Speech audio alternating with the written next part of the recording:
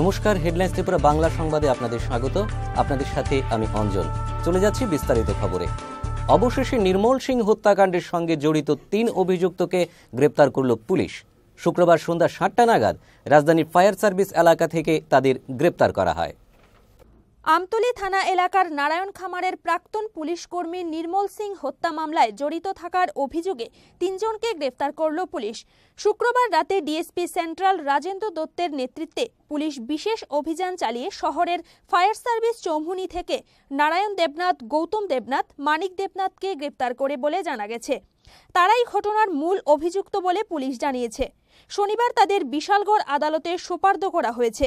এদিকে অভিযোগ, এলাকাবাসীর তরফ থেকে অভিযুক্তদের গ্রেপ্তারের জন্য থানায় ডেপুটেশন, পরে মৌন মিছিল সংঘটিত করার পরই থানাবাবুদের ঘুম ভাঙে।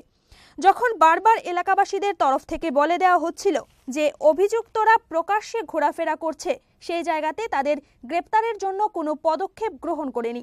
এলাকাবাসীরা পুলিশকে দোষীদের গ্রেপ্তারের জন্য চূড়ান্ত সময়সীমা বেঁধে দিয়েছিল, যার সময়সীমা বৃহস্পতিবার শেষ হয়ে যায়। জানা গেছে এরপরই তোড়জোড় শুরু হয় প্রশাসনের মধ্যে। শুক্রবার রাতেই তাদের গ্রেপ্তার করে police. Bureau report, headlines Tripura. শনিবার থেকে ফের চালু হলো আখাউড়া সীমান্তের বাণিজ্যিক আদান প্রদান। গত ২০শে অক্টোবর থেকে দুর্গাপুজো ও ঈদ উপলক্ষে ১৪ দিন বন্ধ ছিল বাণিজ্য। এই ১৪ দিনে প্রায় ৭ কোটি টাকার বাণিজ্যিক লোকসান হয়েছে বলে জানা গেছে। এদিকে শনিবার থেকেই মাছ, পাথর ইত্যাদি আসা শুরু হয়।